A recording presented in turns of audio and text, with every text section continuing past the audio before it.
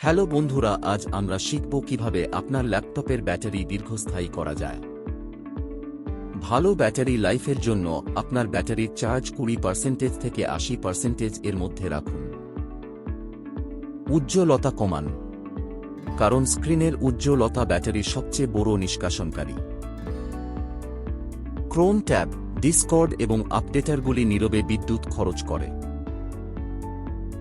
প্রয়োজন না হলে ওয়াইফাই ব্লুটুথ বন্ধ রাখুন। বিছানা কুশন তাপ আটকে রাখে এবং তাপ ব্যাটারি দ্রুত নষ্ট করে। ব্যাটারি সেভার মোড সক্ষম করুন। চার্জারটি বুদ্ধিমানের মতো ব্যবহার করুন, সারাদিন এটি প্লাগ ইন করে রাখবেন না। যদি আপনার ল্যাপটপে সমস্যা হয়, তাহলে আমরা আপনাকে গাইড করব।